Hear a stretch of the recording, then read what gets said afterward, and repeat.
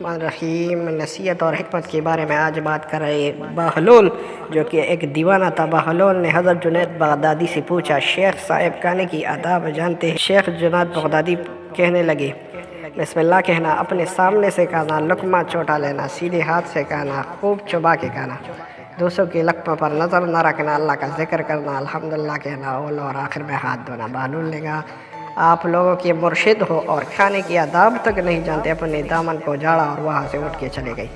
شیخ صاحب بھی پیچھے چل گئے۔ مریدوں نے اصرار کیا، سرکار وہ تو دیوانہ ہے، لیکن شیخ صاحب پھر وہاں پہنچے، پھر سلام کیا۔ بہلول نے سلام کا جواب دیا اور پھر پوچھا، کون ہو؟ کہا، جنید بغدادی ہو جو کھانے کی آداب تک نہیں جانتا۔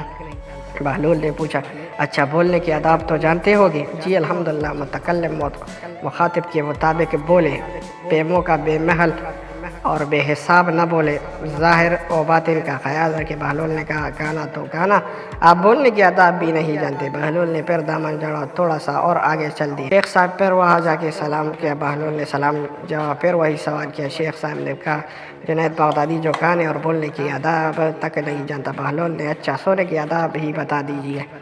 کہا، نماز عشاء کے بعد ذکر و تسبیح، سورہ اور سارے آداب بتا دی جو روایت میں ذکر ہوئی۔ بہلول نے کہا، آپ یہ بھی نہیں جانتے؟ اٹھ کر آگے چلنے ہی چاہتے تھے کہ شیخ صاحب نے دامن پکڑ دیا اور کہا، جب میں نہیں جانتا تو بتانا آپ پر واجب ہے، اور اصل کچھ اور ہے۔ اصل یہ ہے کہ جو کھانا کھا رہے وہ حلال ہے یا حرام۔ لقمہ حرام کا جتنا بھی آداب سے کھاؤ گے وہ دل میں تاریکی ہی لائے گی، نور و ہدایت نہیں۔ شیخ صاحب نے کہا، جزاک اللہ۔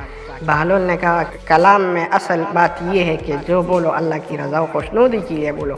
اگر کسی دنیاوی غرض کے لیے بولو گے تو بیہودہ بولو گے تو وہ وبال جان بن جائے گی۔ سونے میں اصل حقیقت یہ ہے کہ دیکھو، دل میں کسی مومن یا مسلمان کا بغض لے کر یا حسد و کینہ کے لے کر تو نہیں سو رہے، دنیا کی محبت، مال کی فکر میں تو نہیں سو رہے، کسی کا حق گردن پر لے کر تو نہیں سو رہے۔